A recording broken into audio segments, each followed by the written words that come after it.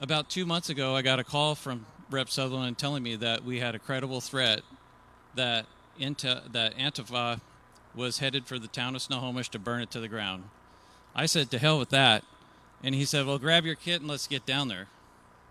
So I must tell you that it was quite heartwarming for me when we arrived, not knowing what we were walking into, to see 800 patriots lining the streets up one side and down the other, armed to the teeth.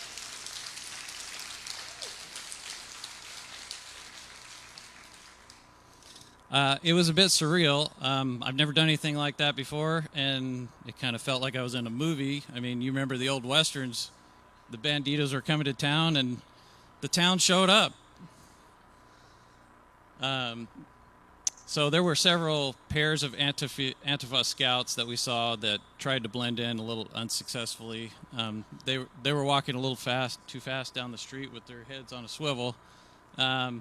And they texted their friends and decided better of it and left town. So at the end of the night, nobody was shot. The town was intact. Despite all the hand-wringing, none of the fears of the gun-controlled crowd materialized. I guess people really can be trusted to be responsible with guns.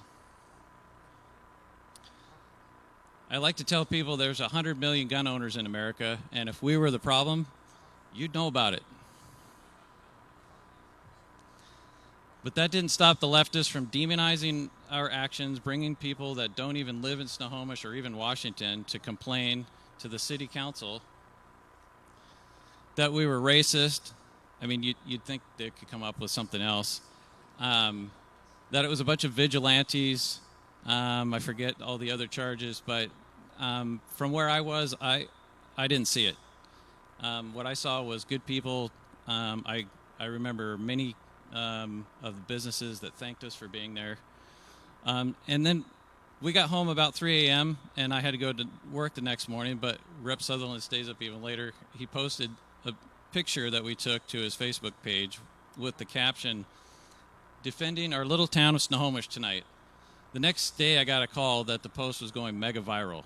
Indeed, you could watch the number of shares going up 5 and 10 at a time. I've never seen anything like that. But when Facebook finally caught on and throttled it, he had over 198,000 shares. So why did it go mega viral? Well, I think the following clip might help explain it if it comes up here.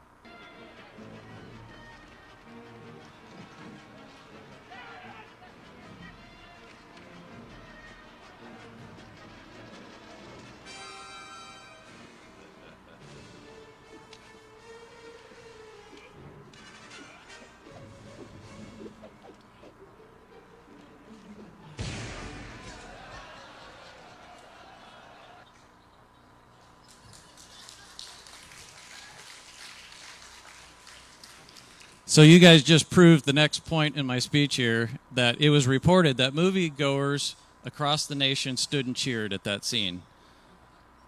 Well, it struck a nerve. I think we were not too many years removed at that time from the Iran hostage crisis, and people had had enough.